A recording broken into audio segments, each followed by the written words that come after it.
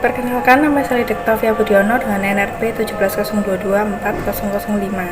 Pada kesempatan kali ini saya akan mempresentasikan mengenai KTI saya yang berjudul Pemanfaatan Nanoteknologi dalam Pengelolaan Pencemaran Lingkungan. Pada zaman ini diketahui bahwa banyak pencemaran lingkungan yang terjadi terutama di kota-kota besar di Indonesia. Pencemaran yang terjadi meliputi pencemaran air, udara, tanah, dan pencemaran sampah plastik. Menurut Sistem Lingkungan Hidup Indonesia tahun 2022, kualitas udara saat pandemi pada tahun 2019 hingga 2020 mulai meningkat. Hal ini dikarenakan aktivitas penduduk yang dibatasi, sehingga aktivitas kendaraan bermotor pun berkurang. Namun karena pandemi telah berakhir, kualitas udara pasti menurun kembali. Jadi hal ini perlu segera ditanggulangi dan diawasi. Hal yang masih dikhawatirkan saat ini yaitu kondisi kualitas air yang menurun dan ketersediaan air yang terbatas di beberapa wilayah di Indonesia. Dapat dilihat pada tabel bahwa dari tahun 2015 hingga 2020, kondisi air sungai di Indonesia selalu tergolong sebagai air yang tercemar berat dan persentasenya selalu lebih dari 50%. Jadi hal ini juga perlu segera ditanggulangi. Pencemaran ini biasanya disebabkan karena kebiasaan warga yang sering membuang sampah atau limbah mereka ke aliran sungai, di mana pencemaran ini dapat mengakibatkan beberapa dampak negatif, misalnya pada komunitas nelayan dan orang-orang di pulau kecil yang hidupnya tergantung pada kondisi perairan. Lalu pencemaran juga dapat mengganggu kesehatan manusia. Misalnya, pencemaran udara dapat meningkatkan risiko orang terkena kanker paru-paru dan terkena penyakit pernapasan kronis. Dan pencemaran air dapat mengakibatkan orang terkena diare. Lalu, pencemaran juga dapat mengganggu ekosistem. Misalnya di ekosistem perairan. Saat dibuang limbah di aliran sungai atau laut, makhluk hidup perairan dapat terpapar senyawa kimia dari limbah tersebut dan mengalami kematian. Terumbu karang juga dapat rusak. Maka, dari banyaknya teknologi di zaman sekarang, dapat digunakan nanoteknologi untuk mengelola pencemaran lingkungan. Tujuan dibuatnya KTI ini yaitu untuk mengetahui peran nanoteknologi dalam mengelola pencemaran lingkungan. Pencemaran air merupakan masuknya suatu zat atau komponen lain ke dalam air yang membuat kualitas dan kegunaan air menurun. Pencemaran ini dapat disebabkan karena beberapa hal. Yang pertama, karena sampah yang mengandung senyawa organik, misalnya sampah rumah tangga. Yang kedua, kontaminasi senyawa organik, misalnya deterjen dan pestisida. Lalu yang ketiga, kontaminasi senyawa anorganik, misalnya logam berat dan merkuri. Yang keempat, karena limbah yang mengandung bakteri, misalnya limbah rumah tangga dan limbah industri. Yang kelima, karena endapan tanah oleh proses erosi tanah. Dan juga bisa disebabkan karena aktivitas manusia.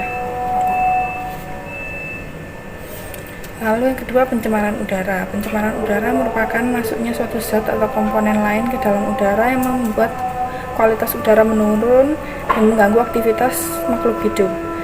Pencemaran ini dapat disebabkan karena ulah manusia ataupun alam. Karena ulah manusia misalnya merokok, penggunaan kompor, aktivitas kendaraan bermotor, dan proses industri. Lalu karena alam misalnya badai debu dan kebakaran hutan. Nanoteknologi merupakan pengaplikasian teknologi dalam skala nano untuk membentuk material dan struktur fungsional. Nanopartikel merupakan bagian dari nanoteknologi. Nanopartikel merupakan partikel yang berukuran skala 1 sampai 100 nanometer. Nanopartikel dapat dibagi menjadi 3, nanopartikel karbon, organik, dan anorganik. Nanopartikel karbon merupakan nanopartikel yang memiliki sifat tidak beracun dan tak ramah lingkungan. Nanopartikel ini bisa disebut dengan polimer. Contoh dari nanopartikel ini yaitu liposom dan misel. Nanopartikel anorganik merupakan nanopartikel yang berbahan selain karbon, misalnya logam. Lalu nanopartikel karbon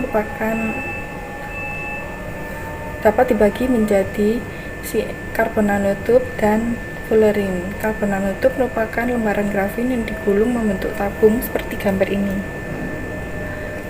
Lalu fullerene merupakan allotrope karbon yang memiliki struktur 60 atau lebih karbon. Metode penelitian. Pendekatan penelitian yang digunakan yaitu kualitatif deskriptif, di mana fenomena dideskripsikan dengan kata-kata bukan angka. Lalu teknik pengumpulan data yang digunakan yaitu studi literatur dengan mengumpulkan beberapa jurnal dan laporan resmi yang berakreditasi tinggi. Solusi pencemaran air dapat dilakukan dengan 2 nanopartikel. Yang pertama yaitu nanopartikel logam, nanopartikel perak. Nanopartikel logam bersifat antimikroba karena dapat mengikat molekul protein dan mengganggu aktivitas metabolisme sel mikroba yang membuat mikroba mengalami kematian. Nanopartikel perak merupakan salah satu contoh yang umum digunakan karena mudah didapatkan. Nanopartikel perak dapat disintesis dengan 3 metode, yaitu metode fisika, kimia, dan biologi. Namun metode yang murah dan ramah lingkungan yaitu metode biologi. Nanopartikel perak diketahui dapat menghambat pertumbuhan mikroba dan mereduksi jumlah mikroba tersebut. Hal ini karena nanopartikel perak dapat masuk ke membran sel mikroba dan melepaskan ion perak, membuat DNA dan RNA mikroba terganggu dan membuat DNA dan RNA mikroba rusak dan membuat mereka pertumbuhannya terhambat. Lalu nanopartikel magnetic reduced graphene oxide. Nanopartikel ini merupakan modifikasi dari nanopartikel oksida besi dan graphene oxide. Nanopartikel ini dapat mengabsorpsi kandungan logam berat pada limbah cair karena memiliki luas permukaan yang tinggi, kemampuan menyerap ion dan molekul, dan memiliki karakteristik superparamagnetik.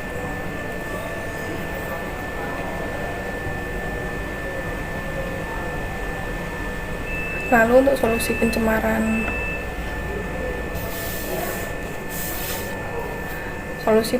udara yaitu dapat digunakan karbon nanotube. Karbon nanotube dapat dibagi menjadi 3, seperti pada gambar dengan single wall, double wall, dan multi wall. Karbon nanotube merupakan makromolekul yang unik yang mempunyai struktur satu dimensi, thermal stabilitas, dan sifat kimia yang baik. Karbon nanotube dapat berperan sebagai adsorben yang menyerap polutan organik dan anorganik karena memiliki struktur berlonggar, berpori, dan memiliki spektrum yang luas, sehingga karbon nanotube ini dapat bekerja secara optimal untuk tujuan tertentu, untuk absorpsi polutan. Lalu untuk mengimplementasikan gagasan saya yaitu dapat dilakukan dengan melibatkan 2 pihak, yaitu pertama universitas di Indonesia. Universitas di Indonesia dapat saling bekerja sama untuk melakukan penelitian dengan nanopartikel di bidang lingkungan. Lalu dapat dilibatkan juga Badan Riset Inovasi Nasional untuk membantu mengawasi, membimbing, memberi fasilitas, dan mengevaluasi penelitian. Langkah-langkahnya yaitu dapat dibuat rancangan penelitian, lalu dilakukan penelitian dan uji coba berulang kali sampai dipastikan bahwa nanopartikel ini aman untuk digunakan dalam jangka pendek ataupun jangka panjang. Lalu Hasil uji coba dapat diberikan pada Badan Riset Inovasi Nasional untuk dievaluasi lebih lanjut. Kesimpulan dari kata ini yaitu untuk solusi pencemaran air dapat digunakan nanopartikel magnetic reduced graphene oxide dan nanopartikel perak. Untuk solusi pencemaran udara dapat digunakan nanopartikel karbon nanotube. Sekian presentasi dari saya, terima kasih.